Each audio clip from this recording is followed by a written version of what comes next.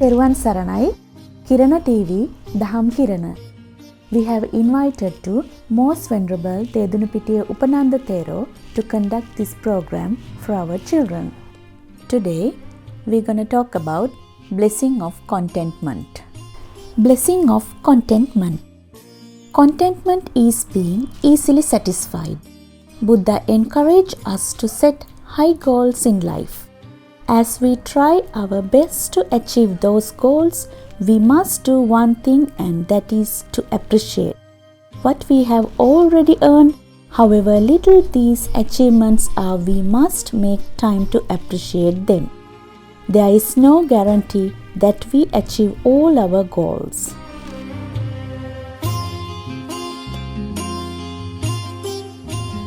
Hello and welcome to another session. Today we are going to talk about the blessing of contentment. I think you know the meaning of contentment. Contentment means being easily satisfied with whatever you have in your life. Now it is one of the hardest things. Why? Because there are no, our desires, our aspirations, our ambitions are limitless. So that the moment we achieve one of our aspirations, and then the joy thereof disappears real quick. As a result, you feel like doing something else. Now you feel life, you get bored, and then you find life meaningless. So when you fail to get things that you always want to have in your life. But and Buddha encourages us to have to set higher limits in our life. Right? The higher the limits, and then you have to you need to have more energy. Now, so at the same time, I know lots of people. Even the let's talk about first talk about the richest people in the world. Right? The richer someone is, they would have more problems. Why is that? Because even if they have money in abundance, even if they are billionaires, there's one thing that they can't buy, that is happiness. Unless you have the right approach to your life, you wouldn't be able to live a happy life. I personally know lots of rich people. They complain more than the middle class, lower middle class or poor people do. And then it's unfortunate that those big people, they suffer from gastritis in the morning, and at night with insomnia, right? Because they have no time to eat, and even if they have lots of money, and then they don't know how to manage their timing, and they always complain. It's always, as I said, it's always prudent, advisable to set higher limits in your life. But at the same time, you need to appreciate whatever you have earned in your life. When it comes to daily life happiness, happiness doesn't necessarily based on big things that you achieve. Actually, happiness is really based on the simple things that you achieve in your life. But it is quite natural that whenever you do shopping, maybe window shopping, probably you go shopping with your parents. Whenever you see a beautiful dress, or maybe a pair of shoes, maybe some electronic gadget like a smartphone, maybe a tab. And then you look at your parents' face. And then so your look means so you want your parents to buy that gadget or that dress, whatever. But at times, even if you have a few pair of shoes, maybe your closet is full of dresses, right? But still you need to have more. If you have money, it's up to you to buy. But when it comes to life, simply because you purchase something, simply because you own something, simply because you have money and then you spend that money over buying whatever you would like to have, doesn't mean that you are happy. If the things that you buy can make you happy, and then those rich people who spend at times thousands, at times even millions for shopping, they should be the happiest people in the world. No, that's not the case. I have come across people, homeless people in different countries. They are much happier than rich people. But how are they happy? How are they much happier than those who boast about their properties, their money, their wealth? It's because in the case of rich people, they have their own approach to life. In the case of those poor people, they have the right approach to their life. Those poor people, even including homeless, they are happy with whatever they have. But again, never to mistake the two things. While you set higher limits in your life, while you have higher aspirations, higher goals, higher ambitions, and then you also need to appreciate the things you already have achieved, however little they are. Now, simply because, and I know lots of people who just keep running after things that they would hardly achieve, hardly get in their life. So what is key to our happiness is not those big things that you would achieve one day, but the small things that you have already achieved. That is called contentment. Now, the Buddha's word for that is santutti. He says santutti paramang dhanang.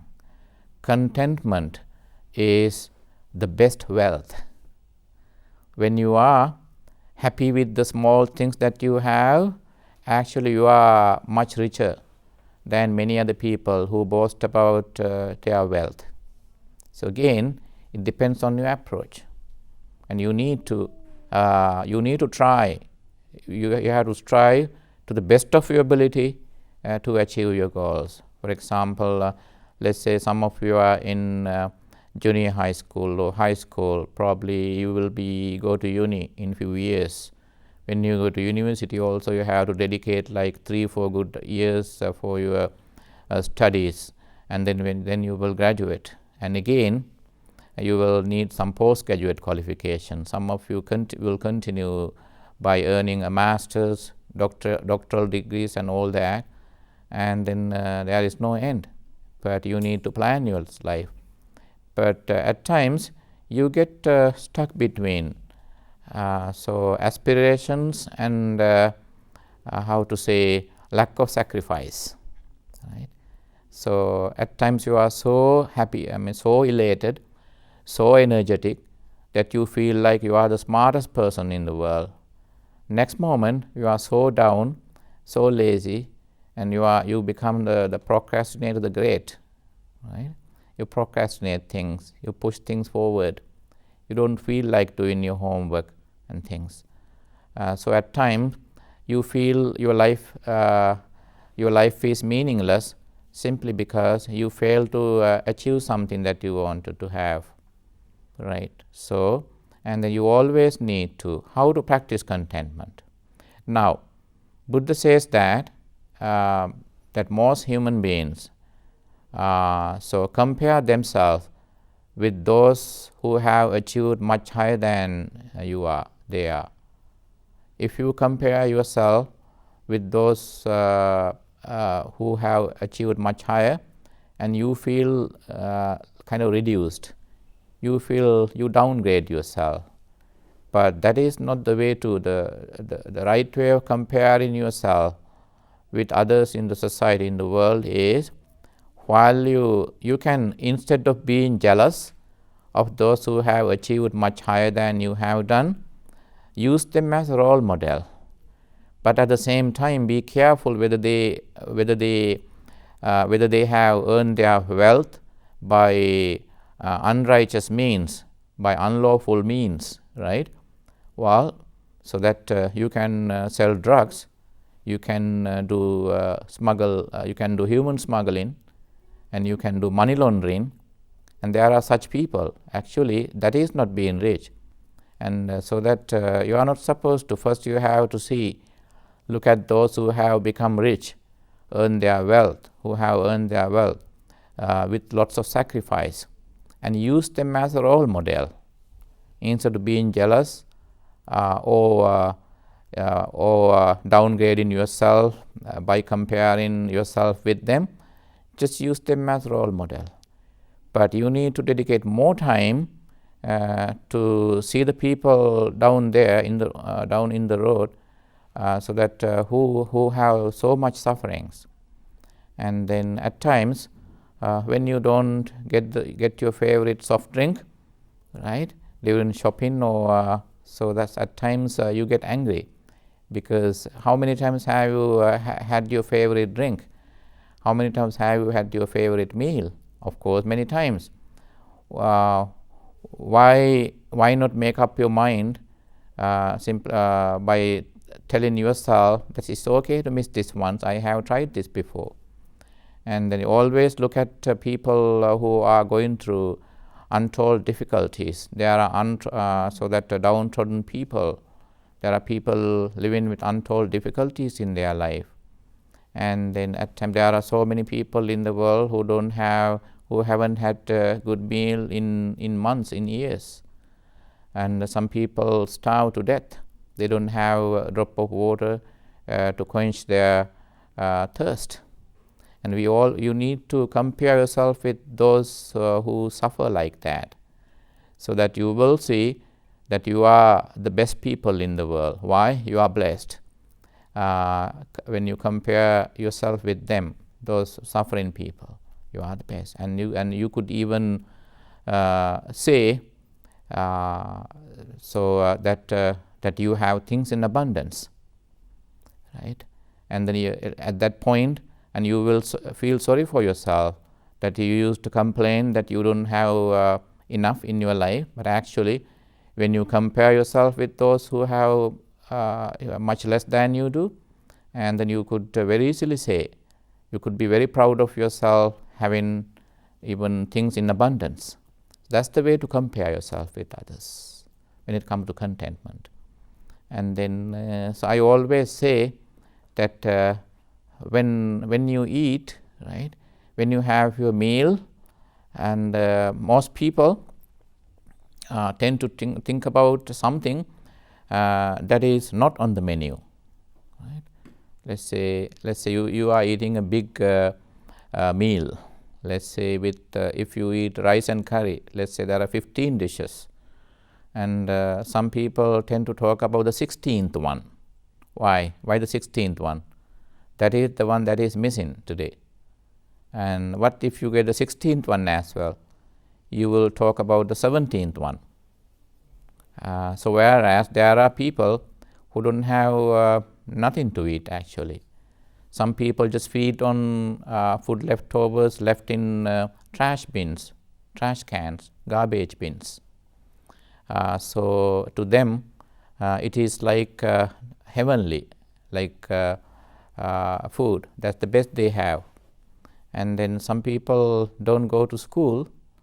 I know in different countries at times they only have one school uniform, and when they wash it and then overnight, and they were unable to dry their uniform. As a result, they skip their class, not because they are lazy, but because they have only one uniform. They don't have a spare one. As a result, they don't go to school. And then or because they are hungry, they pass out, they faint because they didn't eat anything last night, or they don't have anything for this morning. So as a result, they skip classes. Whereas in the case of many others, they have things in abundance, but they are lazy. They are They don't feel like waking up in the morning, right? They hate to go to classes, and that's the way to you have to compare yourself. When you do that positive comparison, so that you can enjoy your life, however little the things that you have in your life, you can be very easily content. So once again, santutti paramandanang in English. So contentment is the best wealth. When you are happy with whatever the little things that you have in your life, actually you are much richer than those who boast about their billions of $1 billion worth properties, wealth. And so that is the way. But that doesn't mean that you should not set high limits. As I said, you have to strive for the best, to get the best in your life. But otherwise you get discouraged easily. You tend to put the blame on your parents, teachers, loved ones, simply because they fail to make you happy. But actually, if there's a kind of people who can make you happy, it is you yourself who are able to make yourself happy. Like I said, what you need is the right approach to life. Just to, in summary, I would like to say again, contentment is the best wealth, santutti paramandanang in Buddha's language. So that when you are happy, when you are easily satisfied with whatever the things you already have, while you strive to achieve more in your life, and then you are happy with whatever you already have. To that effect, you are already rich. You can smile, whereas those who have achieved a lot of things fail to smile. And then so you can you can have a fresh start in the morning. Fresh start in the morning because you don't have gastritis, right? Because you have time to eat. Whereas those rich people, and then so that they fly between different continents. As a result, they miss their breakfast, and over time they get gastritis problem, they get sick, and they have no timetable, they don't have daily schedule.